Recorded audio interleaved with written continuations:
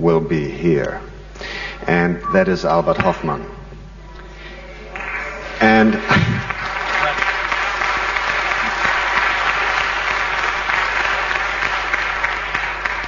he will even talk to you, but only if you don't party too hard this night. He will be on sharp 9:30 tomorrow morning. No other chance to see him. And now we have already a line of people for questions. We pretty late. There's 3 people in line on the microphone, and I'd like to give you the opportunity to ask 3 questions in total. Thank you, Paul, for that talk. That was fascinating. My question is regarding the Liberty capsized mushrooms. Can they be confused with anything that is deadly poisonous? I can only speak from my experiences in Washington State and Oregon, but there is a species of Galerana in the Galerana venenata complex, which is deadly poisonous. And unfortunately, a 16-year-old girl died about 10 years ago. She was out picking Liberty caps and ingested some of these Galeranas as well. And because of the fear of going to the hospital, and the physicians, it was well known at some hospitals, were hand in hand with law enforcement, as then when these kids would come into the hospitals, they would also have mushrooms and they would bust them. And because it's well known throughout our community that going to the hospital is the worst thing that you can do, she avoided going to the hospital and she ended up dying. And she's one of the, there's only been 2 or 3 cases that I know of where that has occurred. So here in Europe, I know you have Galerana species in the genus Galerana, but I'm not familiar with the taxa of Europe well enough in the genus Galerana. But you should always be careful. You should know what you're taking. If you take a spore print, it's purple-brown in the genus Psilocybe, it's rusty-brown in the genus Galerana, and there are no poisonous mushrooms that are purple-brown that bruise bluish. There are some mushrooms that are maybe not active, not toxic.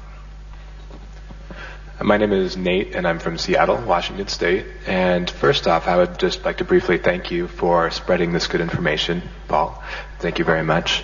And also, my question is in regards to gathering mushrooms outdoors in the springtime, and when the best time for that is, whether it's one day after a rainstorm, and whether or not it's affected by frost in Washington State. In the fall time, frost actually stimulates Psilocybe azurescens to grow, and that is one of the things that we look forward to since it fruits late in the year. In the springtime, typically it's not after it's well after the first frost, but the springtime, the easiest mushroom to find is Pinelus subalteatus, and that is one of the best species to find in horse paddocks. And that mushroom, no matter where you are in the world, you go into horse paddocks, you're going to find species in the genus Pinelus which will be active. So Pinelus subalteatus is the easiest mushroom to find in the springtime. And which months would those be? May through July. You know, it depends on it, because the compost heats up. It's hard to say. But anybody who makes compost piles, you know, you're driving by, you see compost piles of manure wood chips. Stop. You know, it's a good look at time. Yes, John. Yeah. Hey, Paul. I enjoyed your talk there. I just wanted to mention that. Worldwide, there's 214 neurotropic species of fungi, of which now 170 have been identified as psilocybin. It'll be in a forthcoming paper by Guzman, me, and Johan Gartz. 170? Yeah, 170. Great. Hey, the more the better. And I just want to clarify, of course, Arno and Hans, I very much acknowledge and appreciate your help, but I also have a personal mention of gratitude, because we had a flurry of communications via fax and email, which didn't always meet. So, Claudia, thank you for your super effort in getting us here. Okay, thank you. I think we had a very nice day, a lot of new information, and I was very surprised that all of the speakers came up with something new, unpublished.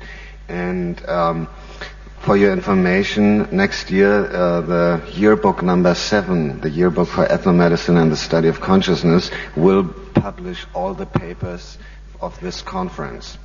That will be available maybe in spring next year.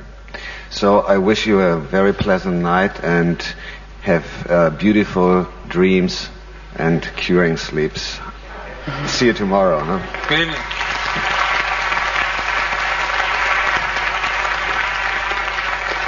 Before everybody leaves, I would like to say that... Yeah, me too. I also would like...